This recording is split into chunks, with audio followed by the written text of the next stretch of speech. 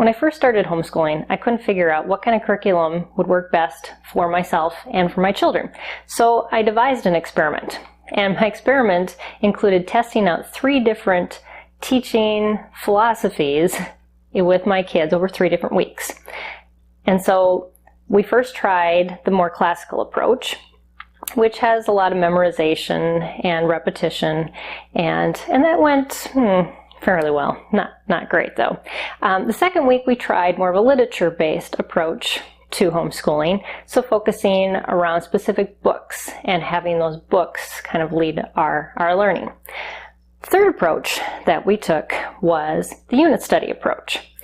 And I remember when I realized that that was the one that clicked, because we were learning how to tie knots, all the different nautical knots. We got onto the theme of pirates. And I told my kids, okay, so you can be the pirates. You have to use the knots that we have learned, but you can tie me up. And 20 feet of rope. It was a great fun. And I realized at that point that that's what I needed to do for my kids. And also I enjoyed teaching it too. And so that's where I got started with using unit studies with my kids. Now, research now shows that children who are on the autism spectrum actually learn better when they're taught with the unit study approach, because for them, transitioning is usually a very difficult thing. And when you focus all of their school, or the majority of it, around a single theme, the child doesn't even realize that you're switching from one subject to another because that theme stays consistent. So how does it work?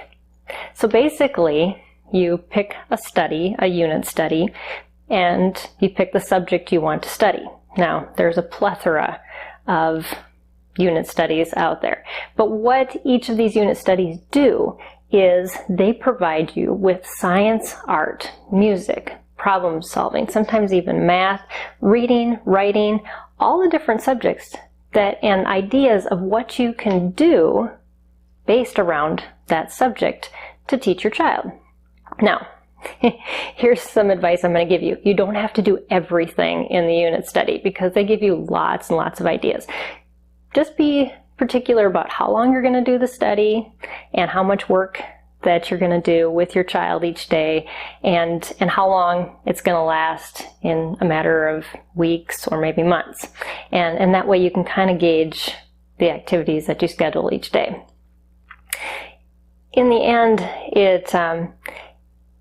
it just works really well with kids with lots of different learning glitches, difficulties, because you can modify it extremely well.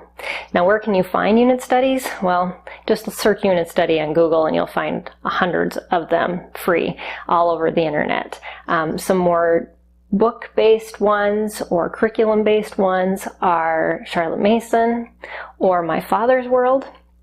You can also find some older ones. Konos is what I used. I guess it's kind of outdated now, or 5 in a Row. And there's even unit studies based on Minecraft now, if you do a search on Homeschool in Minecraft.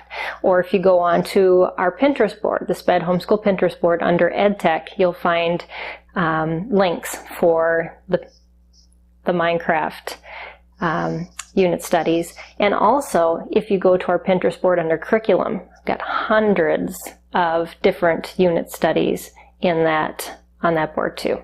So think about it. Think about maybe just even trying it out to see if it works for your family, or as maybe just a way to kind of push the books to the side if things are not going too well. Try something different and see if a unit study might work for you.